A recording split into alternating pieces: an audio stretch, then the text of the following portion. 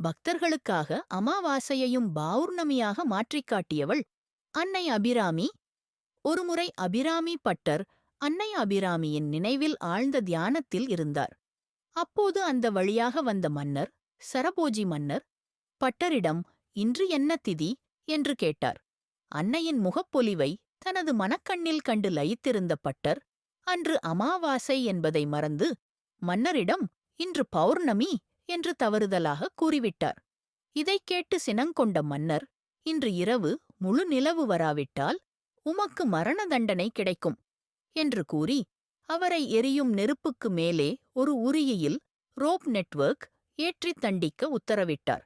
தனது பக்தனான பட்டரை காப்பாற்ற திருக்கடையூர் அன்னை அபிராமி நேரில் தோன்றினாள். அவள் தனது காதில் அணிந்திருந்த தாடங்கத்தை காதணி கழற்றி வானில் வீச அது கோடி சூரிய பிரகாசத்துடன் முழு நிலவாக ஜொலித்து அமாவாசை இருளைப் போக்கி பௌர்ணமியாக மாற்றியது. இதைக் கண்ட மன்னர் தனது தவறை உணர்ந்து பட்டரிடம் மன்னிப்பு கோரினார்.